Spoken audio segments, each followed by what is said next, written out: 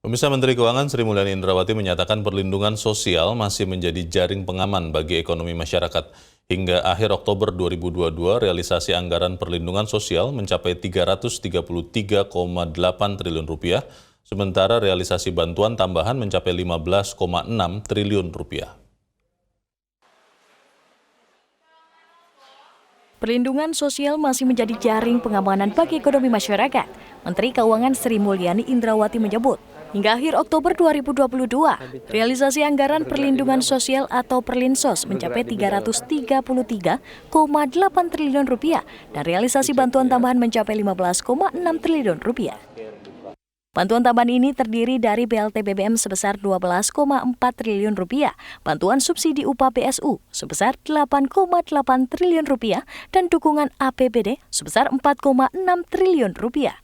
Realisasi BLT BBM menurut Sri Mulyani saat ini mencapai 6,21 triliun rupiah karena pembagian BLT ini dilakukan dalam 2 tahap, masing-masing Rp300.000 bagi 20,65 juta keluarga penerima manfaat atau KPM. Ini sekarang sudah direalisir 6,21 triliun karena memang Kementerian Sosial sengaja membayarkannya separuh dulu dan nanti separuh akan mulai dibayarkan pada bulan Desember ini. Jadi nanti realisasinya akan mencapai 12,4. Tapi yang penyaluran sampai dengan akhir Oktober memang dibuat dan didesain separuh dulu. Ini saya harapkan juga akan membantu masyarakat menjelang akhir tahun, terutama untuk kelompok masyarakat bawah. Sementara realisasi bantuan subsidi upah atau BSU mencapai 7,68 triliun rupiah untuk 12,8 juta pekerja. Angka ini lebih kecil dari sasaran Kementerian Ketenagakerjaan dan BPJS Ketenagakerjaan sebanyak 16 juta pekerja. Sementara itu, realisasi anggaran penanganan COVID-19 dan pemulihan ekonomi nasional PCPEN hingga 18 November 2022 mencapai 280,7 triliun rupiah atau 61,6% dari alokasi 455,62 triliun rupiah. Untuk bidang kesehatan, jumlah realisasi anggaran turun tajam karena COVID-19 yang melandai, yakni sebesar 48,6 triliun rupiah. Sebagian besar klaim pasien yang masih tersisa. Sementara untuk bansos masih mendominasi karena guncangan dari pandemi sekarang bergeser ke guncangan akibat harga komoditas.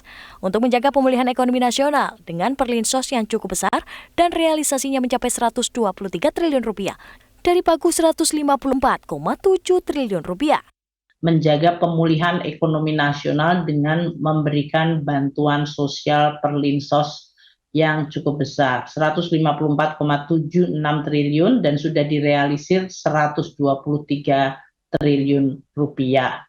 Ini nanti sebagian lagi adalah yang tadi, yang bantuan subsidi karena bantuan sosial karena kenaikan BBM yang akan direalisir oleh Kementerian Sosial pada bulan Desember nanti. Sementara program pemulihan ekonomi sudah direalisasikan sebesar 109 triliun rupiah dari 178 atau 61,1% untuk bantu masyarakat. Di antaranya untuk program padat karya pemulihan pariwisata dan ekonomi kreatif, serta ketahanan pangan. Ketahanan pangan sangat penting dalam menghadapi tren global, di mana harga pangan tidak dapat diprediksi.